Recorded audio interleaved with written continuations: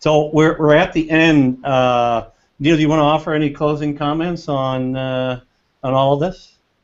No, I congratulate Eric and Stone Temple Consulting for do this and to try to share best practices through the big data.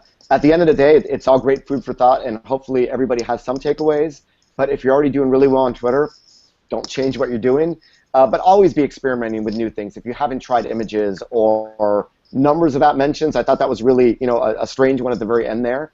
I would always, just as a social signal, as Rand said, credit the content creator or that person that I found the content from with an mention. So that's one where I'm a little bit leery to suggest. But at the end of the day, obviously, you need to go with what your data suggests. And but a lot of food for thought. Thank you, Erica, for the invitation and for putting this together, and for Rand for all the great ideas. Yeah. Hey, Rand, any closing thoughts? Yeah, I think like we talked about just a few minutes ago, I find this data actionable in two ways. One is to get a little bit more creative and try some new things around what I have been doing with Twitter. One of the things I haven't done at all is use hashtags, and I think this clearly suggests I need to try that, at least try it.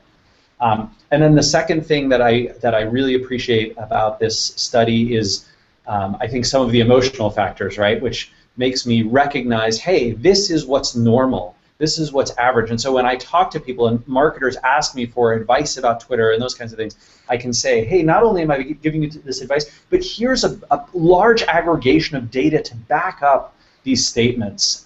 And I think that's really healthy and helpful, because one person's opinion about how Twitter works is not nearly as powerful as that same opinion backed up by reams of data and analysis.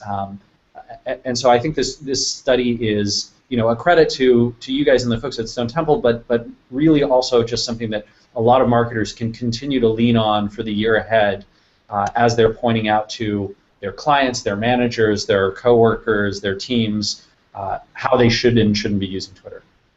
Yeah, well, thank you both for being on the show. Thank you, Neil. Thanks, Rand. Yeah, for me,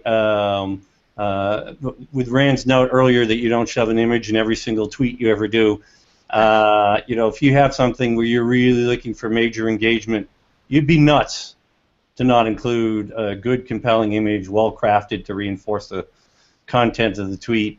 I'm going to pay maybe some level of artificial attention to tweet length, and then the other metrics. I think I'm going to just do what the content and the context demands, as I've said a couple of times.